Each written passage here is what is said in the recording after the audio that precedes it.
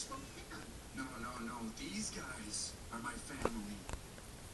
They were gonna let me go to make me happy, no matter how sad it made them. That's real love.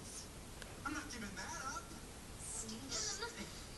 You're the best. I could never lose you. But Stan, you'll love Spokane. There are rivers and streams, a beautiful view of Puget Sound, and fabulous regional theater. Wait. You can't see Puget Sound from Spokane. It's on the other side of the state, with a mountain range in between. It's a partial view. And the regional theater is marginal at best. You're lying, aren't you? Only about living in Spokane. I just didn't want you following me. Stan doesn't have any siblings, does he? There are no other talking dogs. There will be. I am this close to figuring out how dogs talk, and I need Stan to do it. There he is. Now that's the Ian I remember. Give me that dog. Ian, stop. I'm not going with you.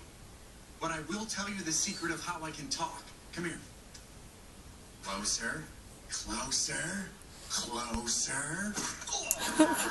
That's right. I'm 1/8 boxer. Hey, my ears cleared out. Now you clear out. And don't come back.